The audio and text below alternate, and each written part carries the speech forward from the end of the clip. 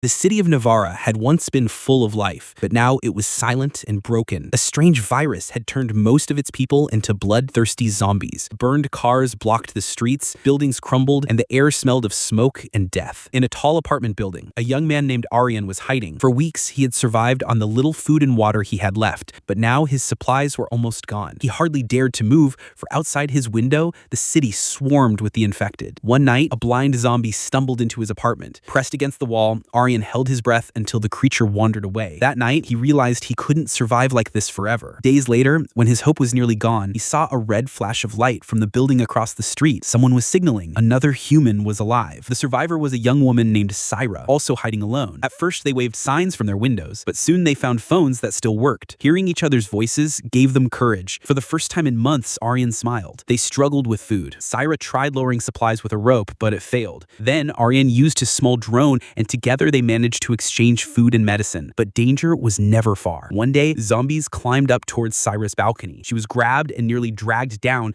but Arian used his drone to distract them. With an axe, she cut herself free. Both of them survived, shaken but alive. As days passed, they grew close. Arian searched nearby apartments and found walkie-talkies, allowing them to talk every night. In a world of silence and fear, they became each other's strength. But their fight for survival grew harder. Zombies broke into Syra's building and she was almost trapped. Arian distracted the horde by making a neighbor's phone ring, saving her life. Both realized hiding would not work forever. They needed to escape. Together, they climbed down ropes and made their way through the streets. In one building, a man named Carlin gave them food and hope. He told them the government was still rescuing survivors. For a moment, Arian and Syra believed their nightmare was ending, but Carlin was hiding a terrible secret. His wife was a zombie, and he had kept her alive by feeding her human victims. He had planned to do the same to them. Drugged and weak, they almost fell into his trap, but Arian realized in time. In the struggle, Carlin and his undead wife perished, and the two survivors escaped. At last, Arian and Syra reached a rooftop. The city below was filled with thousands of zombies. Surrounded and exhausted, they held hands, ready for the end. Then came the sound of helicopter blades. Soldiers appeared above, firing at the horde. A rope ladder dropped, and the two survivors climbed to safety. As they flew away,